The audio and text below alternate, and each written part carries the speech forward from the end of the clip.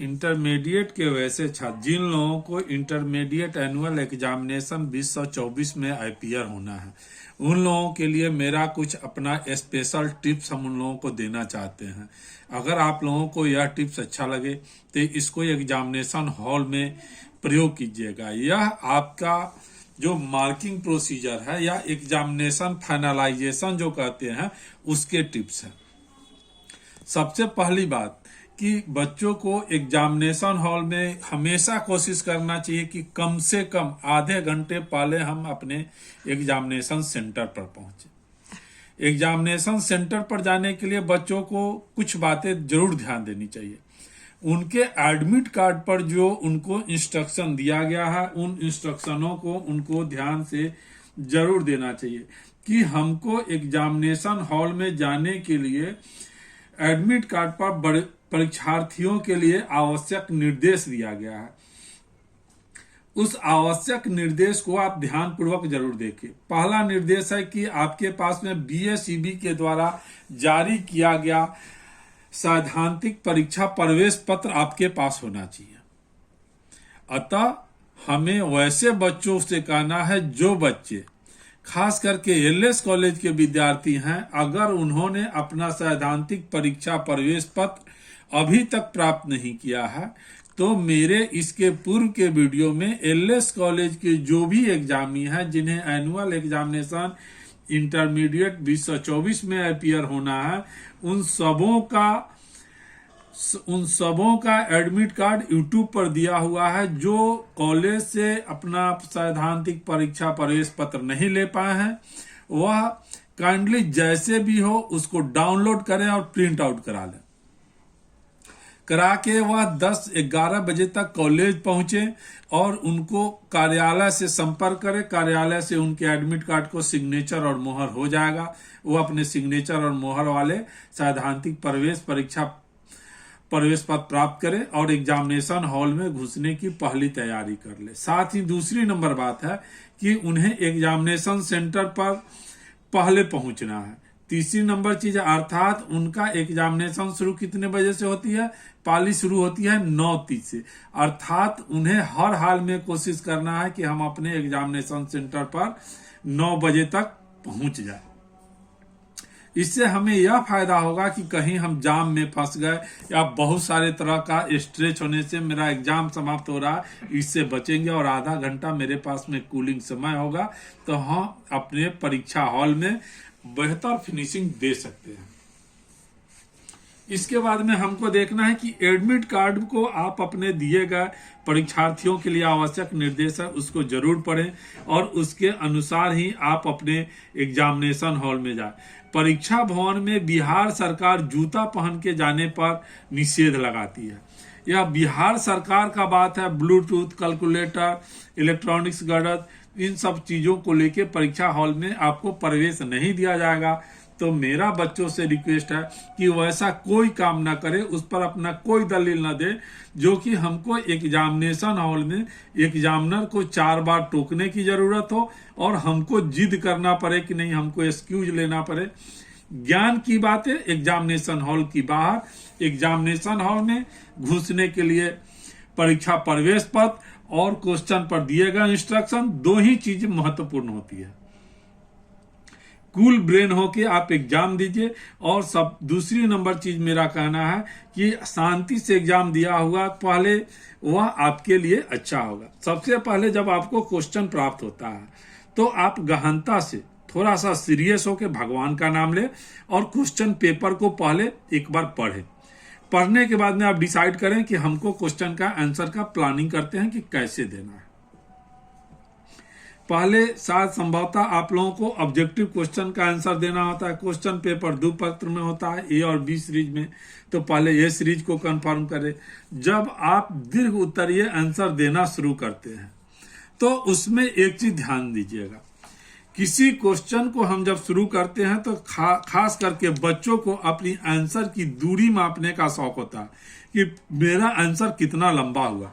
Answer लंबा होने से बच्चों को नंबर प्राप्त नहीं होता। बच्चों को चाहिए कॉपी पर चौथाई जरूर छोड़े और आंसर में जो हमारा फैक्ट है, फैक्ट को लिखना है। खास करके फिनिशिंग ऑफ द एग्जामिनेशन में कहा जाता है कि जैसे हम किसी क्वेश्चन को शुरू करते हैं, अर्थात हमने क्वेश्चन को यहां से शुरू किया, यहां से क्वेश्चन को शुरू किया, तो हमको कोशिश करना है कि मेरा आंसर हम पहले असेस करते हैं इतनी दूरी में होगी या इतनी दूरी में होगी। अगर इतनी दूरी में होती है अच्छी बात है, अगर यहां तक भी अगर मेरा क्वेश्चन का आंसर समाप्त हो जाता है यहां पर, तो इस खाली जगह पर नहीं लिखे, फिर नेक्स्ट क्वेश्चन के लिए हमको नेक्स्ट पेज यूज करना चाहिए। अगर हम एक क्वेश्चन लिखे हैं, इसका आंसर इतना दूर में खत्म हुआ है, लेकिन दूसरे क्वेश्चन का आंसर इतना दूर में खत्म नहीं होगा, तो हमको इस पेज पर आंसर को नहीं लिखना है, हमको इसके लिए नेक्स्ट पेज पर जाना है। साथ में हमको एक और चीज देखना है कि इंटरमीडिएट के एग्जामिनेशन में शायद एक्स्ट्रा पेज की फैसिलिटी नहीं होती है, तो हम जब अपने क्वेश्चन को बारीकी से पढ़ लिए होते हैं तो मुझे यह पता होता है कि हमारे कितने क्वेश्चन का आंसर कितने समय में देना है।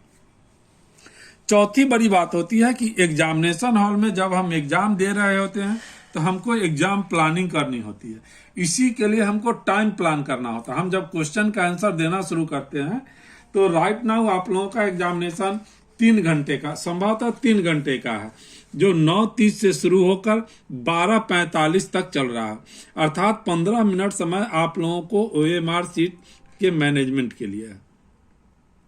राइट नाउ 3 घंटा है, तो उसमें आपको प्लान करके रखना है कि 2 घंटे तक तो आप नॉर्मल प्लान में चढ़ सकते हैं। रेस्ट का जो 1 घंटा समय बचता है उसमें हमें जितने क्वेश्चन पूछे गए हैं अनिवार्य क्वेश्चन का आंसर देना।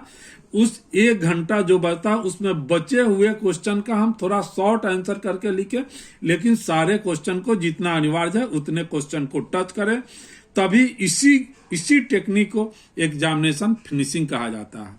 अब हमारे बच्चों से हमें बताना है कि एग्जामिनेशन हॉल में चाहे जितनी भी आपकी समस्या हो, आपके परिवार की समस्या हो, आपके अदर चीज की समस्या हो, एग्जामिनेशन हॉल तक आने की समस्या, इन सारे समस्याओं को, अर्थात अगर आपका 9:30 में एग्जामिनेशन है तो इन सारी समस्याओं से आपको 8:45 तक अपने आप में मुक्ति लेना है। आपको 9 बजे से यह मान के बैठना है कि हम अपने इष्ट देव को तन मन धन से पूजा करने के लिए बैठ रहे हैं, जिसकी हमको तैयारी कर ली है, और जो हमने तैयारी की है मेरी तैयारी पूरी है, और हमने जो तैयार किया है उसका बेस्ट ऑफ लक हमको अपने एग्जामिनेशन हॉल में देना है।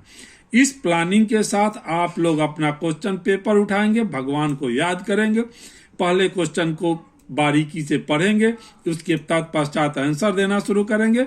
अतः बच्चों को सबसे पहले जरूरी है आइडेंटिटी कार्ड, सैद्धांतिक परीक्षा प्रवेश पत्र प्राप्त करना। अगर आपने प्राप्त कर लिया है अच्छी बात, रोड मैपिंग कर ली है अच्छी बात, अगर नहीं किया है तो आपके पास मात्र अब 1 दिन का समय है, अर्थात 1 फरवरी।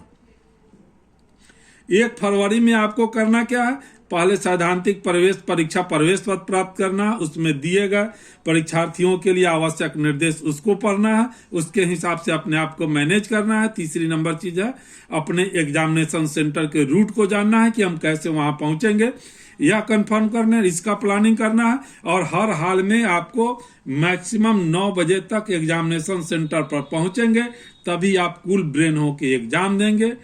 क्वेश्चन पेपर मिलने के बाद भगवान को याद करना है, बारीकी से क्वेश्चन को एक थॉरो नजर से पढ़ना है, उसके बाद में अपनी लेखनी को उतारनी है और भगवान के नाम लेके आपकी आत्मा में जो आती है उसको अपने कॉपी पर छाप देना है। छापने का तरीका हमने बताया आपको कि दीर्घ उत्तरीय क्वेश्चन का आंसर शुरू कीजिएगा, फर्स्ट पेज से शुरू करें हैं, उसके सामने के फ्रंट पेज में ही आंसर समाप्त हो। अगर आधे पेज पर आंसर समाप्त होता है तो नेक्स्ट क्वेश्चन के लिए हम नेक्स्ट पेज को चूज करेंगे, लेकिन बेवजह के एक वर्ड से दूसरे वर्ड के बीच में गैप, लाइन ब्रेक हम नहीं करेंगे।